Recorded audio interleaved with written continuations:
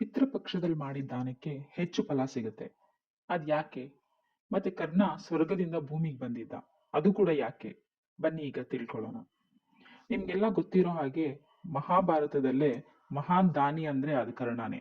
ಅವನ್ ಬದುಕಿದಷ್ಟು ದಿನ ಅವನ ಜೀವನದುದ್ದಕ್ಕೂ ಸಾಕಷ್ಟು ಬಂಗಾರ, ಬೆಳ್ಳಿ, ಹಣ ಎಲ್ಲವನ್ನೂ ದಾನ ಮಾಡ್ತಿದ್ದ. ಯಾರು ಕೂಡ ಅವನ ಹತ್ರ ಬಂದ್ರೆ ಖಾಲಿ ಕೈಯಿಂದ ಹೋಗ್ತಾನೆ ಇರ್ಲಿಲ್ಲ.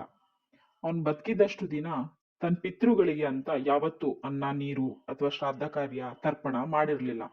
ಆದ್ರೆ ಅವನ್ಗೆ ಅದು ತಿಳಿದಿರ್ಲಿಲ್ಲ ಕೂಡ. ಹೀಗಾಗಿ ಅವನು ಸತ್ತ ನಂತರ ಕುರುಕ್ಷೇತ್ರ ಯುದ್ಧದಲ್ಲಿ ಅವನ ಮರಣ ಆಗತ್ತೆ. ಅದಾದ್ಮೇಲೆ ಅವನು ಕೂಡ ಎಲ್ಲರಂತೆ ಪರಲೋಕಕ್ಕೆ ಹೋಗ್ತಾನೆ. ಅದೆಲ್ಲರೂ ನಿಮ್ಗೂ ಗೊತ್ತಿರೋ ಹಾಗೆ, ನಾವು ನೀವೆಲ್ಲರೂ ಹೋದಾಗೆ ಅವನು ಕೂಡ ಪರಲೋಕಕ್ಕೆ ಹೋಗ್ತಾನೆ.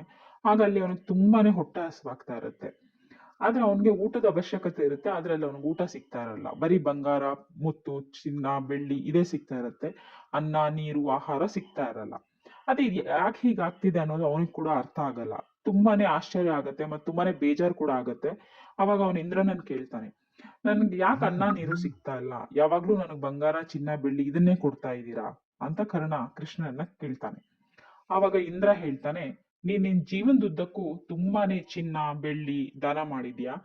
ಆದ್ರೆ ನಿನ್ ಪೂರ್ವಜರಿಗೆ ಅಂತ ಆಹಾರನ ನೀನ್ ದಾನ ಮಾಡಿಲ್ಲ. ಹಾಗಾಗಿ ಇವತ್ತು ನಿನಗೆ ಅನ್ನ ನೀರು ಸಿಗ್ತಾ ಇಲ್ಲ ಅಂತ ಹೇಳ್ತಾನೆ. ಇದನ್ ಕೇಳಿ ಅವನಿಗೆ ಏನ್ ಮಾಡ್ಬೇಕು ಅನ್ನೋದು ಗೊತ್ತಾಗಲ್ಲ. ಅವನು ಹೇಳ್ತಾನೆ, ನನ್ಗೆ ಇದ್ರ ಬಗ್ಗೆ ಯಾವುದೇ ಅರಿವು ಇರ್ಲಿಲ್ಲ. ಮತ್ ನನ್ಗೆ ಇದು ಗೊತ್ತೂ ಇರ್ಲಿಲ್ಲ. ದಯವಿಟ್ಟು ನನ್ನಿಂದ ತಪ್ಪಾಗಿದೆ, ಇನ್ನೊಂದು ಅವಕಾಶ ಕೊಡಿ ನನ್ಗೆ ಅಂತ ತುಂಬಾ ಬೇಜಾರ್ ಮಾಡ್ಕೊಂಡು ಕೇಳ್ತಾನೆ. ಅದಕ್ಕೆ ಸರಿ ಅಂತ ಹೇಳಿ ಇಂದ್ರ ಅವನಿಗೆ 16 ದಿನದ ಟೈಮ್ ಕೊಡ್ತಾನೆ. ನೀನ್ ಮತ್ತೆ ಹೋಗಿ ಭೂಮಿಗೆ ನೀನ್ ಏನ್ ಪೂರ್ವಜರ ಶ್ರಾದ್ದ ಕರ್ಮ ಮಾಡಿಲ್ಲ ಅಂತ ಹೇಳ್ತಿದ್ಯಾ ಅದನ್ನ ಮಾಡಿ ಮುಗಿಸ್ಕೊಂಡ್ ಬಾ ಅಂತ ಹೇಳಿ ಅವನಿಗೆ ಆ ಒಂದು 16 ಡೇಸ್, ಇವಾಗ ಏನ್ ನಾವು ಪಿತೃಪಕ್ಷ ಅಂತ ಹೇಳ್ತೀವಲ್ಲ ಆ ಟೈಮ್ ನ ಅವನು ಕೊಟ್ಟು ಕಳಿಸ್ತಾನೆ. ಅವಾಗ ಕರ್ಣ ಅಲ್ಲಿ ಭೂಮಿಗೆ ಬಂದು 16 ದಿನದ ಕಾಲ ತನ್ನ ಕೈಲಾದಷ್ಟು ಜನರಿಗೆ ಅನ್ನದಾನ ಮಾಡ್ತಾನೆ, ಶ್ರಾದ್ದ ಕಾರ್ಯ ಮಾಡ್ತಾನೆ. ಅವ್ರ ಪೂರ್ವಜರಿಗೆಲ್ಲ ಏನೆಲ್ಲ ಅವ್ನ್ ಕಾರ್ಯಗಳನ್ನ ನಿಲ್ಸಿರ್ತಾನೆ ಅದನ್ನೆಲ್ಲ ಅವ್ನ ಕೈಲಾದಷ್ಟು ಮಾಡಿ ಮುಗಿಸ್ಬಿಟ್ಟು 15 ದಿವಸ ಆದ್ಮೇಲೆ ಮತ್ತೆ ಅವನು ಸ್ವರ್ಗಕ್ಕೆ ವಾಪಸ್ ಹೋಗ್ತಾನೆ. ಅವನು ಅಲ್ಲಿ ವಾಪಸ್ ಹೋದ್ಮೇಲೆ ಅವನಿಗೆ ಎಲ್ಲಾ ತರದ ಆಹಾರಗಳು ಸಿಗುತ್ತೆ. ಹಾಗಾಗಿನೇ ಪಿತೃಪಕ್ಷದಲ್ಲಿ ಆಹಾರ ದಾನಕ್ಕೆ ತುಂಬಾನೇ ಮಹತ್ವ ಕೊಡ್ತಾರೆ.